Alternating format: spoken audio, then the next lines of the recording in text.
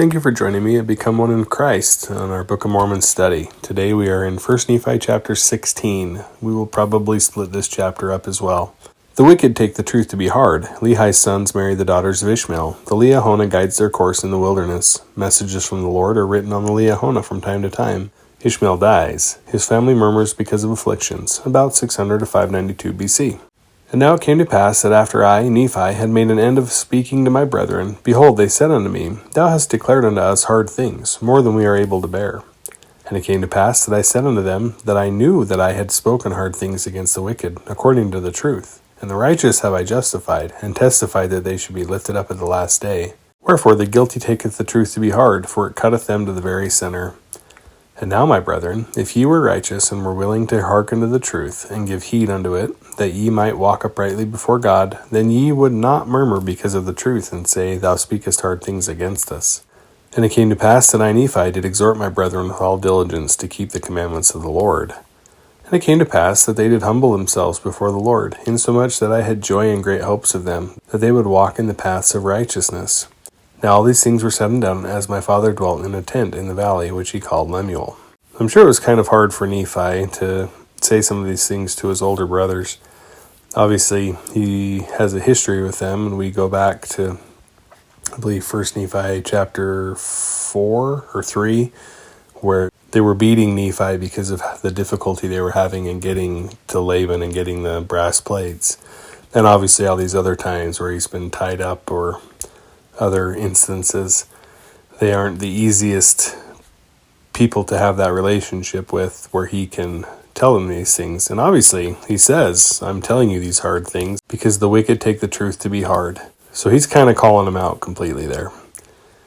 But it sounds as if this time they actually did humble themselves before the Lord, at least for a period of time. And like he said, it gave him great hope that they would walk in the path of righteousness.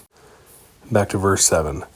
And it came to pass that I, Nephi, took one of the daughters of Ishmael to wife, and also my brethren took of the daughters of Ishmael to wife, and also Zoram took the eldest daughter of Ishmael to wife.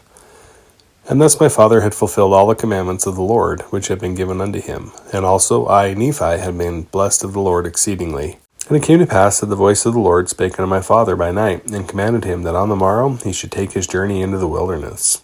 And it came to pass that as my father arose in the morning, and went forth to the tent door, to his great astonishment he beheld upon the ground a round ball of curious workmanship, and it was of fine brass. And within the ball were 2 spindles, and the one pointed the way whither we should go into the wilderness. And it came to pass that we did gather together whatsoever things we should carry into the wilderness, and all the remainder of our provisions which the Lord had given unto us. And we did take seed of every kind, that we might carry it into the wilderness. And it came to pass that we did take our tents and depart into the wilderness across the river of Laman. And it came to pass that we traveled for the space of 4 days, nearly a south-southeast direction, and we did pitch our tents again, and we did call the name of the place Shazer. Sometimes we forget that Lehi's family has been away from Jerusalem for somewhere around 8 years, and they went into an uninhabited space, but it seems they've been in this valley for quite some time, and they were having some semblance of a normal life, even if they were living in tents.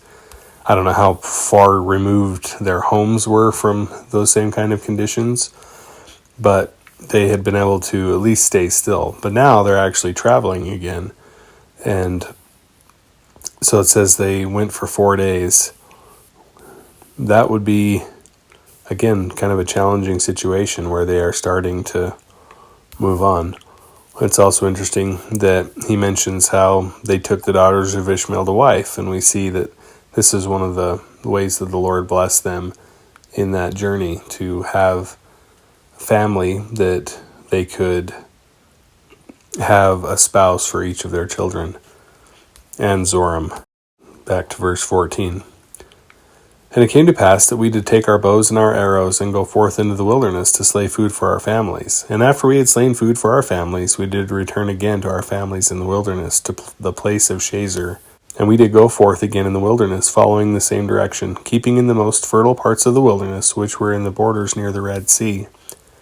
And it came to pass that we did travel for the space of many days, slaying food by the way, with our bows and our arrows, and our stones and our slings. And we did follow the directions of the ball, which led us in the more fertile parts of the wilderness. And after we had traveled for the space of many days, we did pitch our tents for the space of a time, that we might again rest ourselves and obtain food for our families. This is where we will end today's discussion in 1 Nephi chapter 16. We'll continue again tomorrow on verse 18. Thank you for joining me on this Book of Mormon study, and thank you for joining me at Become One in Christ. Until next time, amen.